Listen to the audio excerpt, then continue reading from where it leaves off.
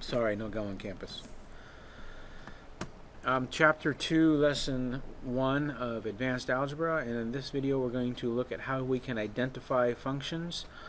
And we looked at relations, and functions are relations, but they're special kinds of relations. Okay. In a relation, you remember we have these sets of ordered pairs where we have x values associated with y values, and that's a relation. Now in a function is a relation, so it's a set of x and y values, but it's special in that there is exactly one y value for each x value. So each x value has exactly one y value. So you can't have more than one y value for an x value.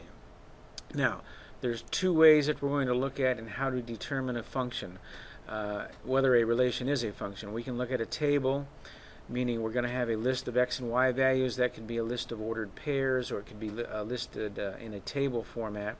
And again, we do like we did before. We create a mapping. We take all of the x values and put them in the domain. We take all of the y values and put them in the range. We draw the lines or the arrows from the x values to the y values, and as long as there's only one line going from each x value to each one y value, then it's a function. If not, then you just have a relation, not a function. And then we'll look at the vertical line test. And I pretty much explained to you what that is. So if this relation, which is a set of ordered pairs that we looked at before, if this relation is a function, then each x value will have only one y value associated with it. So we use a mapping. We set up our domain and range boxes or ovals. We list the x values again, and this is where it's very important that we only list the x values and y values once, because if you list them more than once, then we won't be able to tell whether it's a function or not. We then draw the arrows that go from the x value to its associated y value, and we look at all of them. And as long as all the x values, each one has only one y value that it is associated with it, it's a function. So 0 has only 2 associated with it, 1 has only 3 associated with it, and 2 has the number 4 associated with it. So because each x value has exactly one y value, then this relation is what we call a function. Okay? So that's a function. So let's take a look at another one that we did. So again, is this a function? So we look at our domain. We list our domain values. Again, very important to list them only once. We list our y values. We then make our mapping by drawing the lines. Oops, wrong way again. And then we make sure that each x value has only one y value. Well, here the x value -2 has only one arrow, or the number 3. But you'll notice here, -1 goes to 3 in the range, and -1 also goes to 5 in the range. So -1 has two different y values associated with it.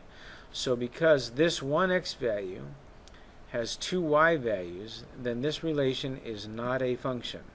It's still a relation, it's just not a function. So a function is a special relation where each x value in the range, each x value in the domain has exactly one y value in the range. Okay, so we can use mappings to identify this. So why don't you go ahead and do this one in your notes real quick and see if it's a function or not. Pause the video and then come back and check out and see how you did. Okay, if this is a relation, then each x value has only one y value. So I'm going to make a mapping to help me determine it. So I separate my domain and range values. I list my domain values. I list my range value. I draw the arrows. And then what do I... No, I keep doing that. Let's see. Now, they all go to, is this a function? One x value, one y value. One x value, one y value. One x value, one y value. One x value, one y value. So is this a function? Yes, because each domain value has exactly one range value associated with it. Okay, now they're all going to the same range value. That's okay. So it's still a function because each x has only one y associated with it. Okay, so let's take a look, and let me just make up an example and tell me if you think this is a function. So is this a function? We have one x value of 8 that goes to -2, -1, 0, and 3. So is this a function? The answer is no, because this one x value has more than one y value that's associated with it. X goes to -2, 8 goes to -2, 8 goes to -1, 8 goes to 0, 8 goes to 3. So this would not be a function because this one x value has more than one y value associated with it. Okay, so that's how you do it using a table, or if you're given a table or a set of ordered pairs. The other way is to do a vertical line test. And a vertical line test is exactly what it says. You take a vertical line and you pass the vertical line over the graph of the function. And if that vertical line passes through the function in only one place all the time, then it's a function. If it goes in more than two, then it's not a function. So let's show you how that works. So here's a vertical line. So if we take out a function here, now here's a graph of a function, okay, or a graph of a relation.